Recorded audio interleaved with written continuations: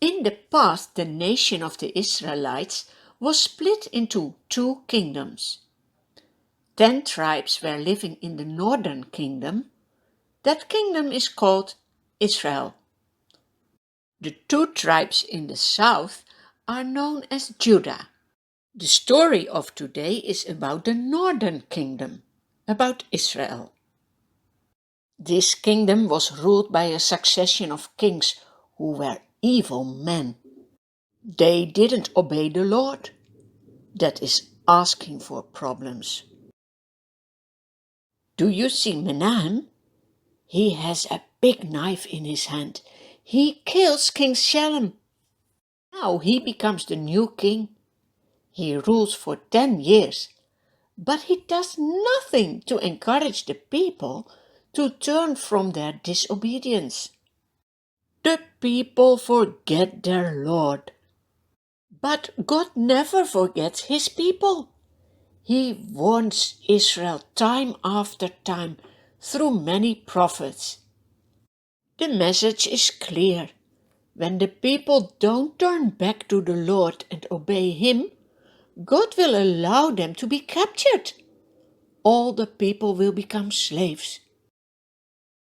On a certain day, the army of Assyria comes to attack Israel. King Menahem doesn't want to fight against this mighty army. He makes all the rich people in his country to pay silver and money. He gives it all to the king of the enemies.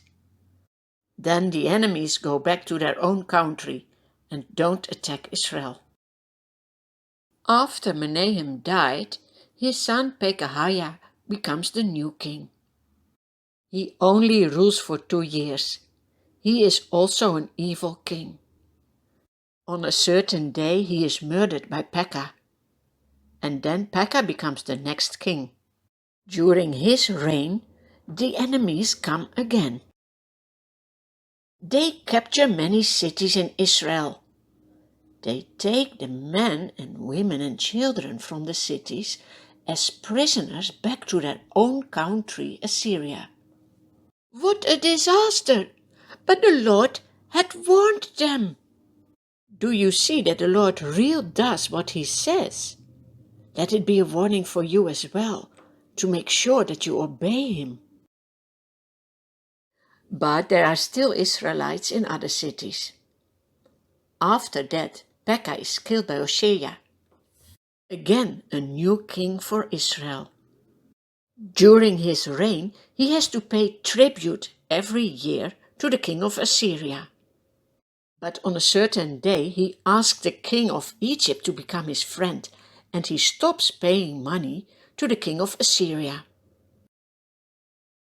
That upsets the king of Assyria.